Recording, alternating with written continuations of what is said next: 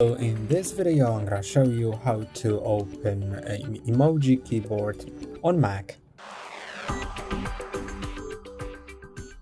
To do that, open any app that you can type in to type in the emojis. I'm gonna open the quick note, and now either click on this button on your status bar and click on show emoji and symbols.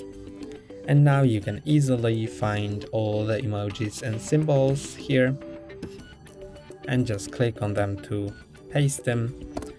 Or you can also enable a shortcut on your keyboard. To do that, go to the system settings, then scroll all the way down to keyboard. And now click on press FN key, or it may show you press globe key with a globe icon here too, and now set it to show emoji and symbols. And now when you click on the bottom left key on your keyboard, it will open the emojis. And that's all for today. Don't forget to like and subscribe. See you next time.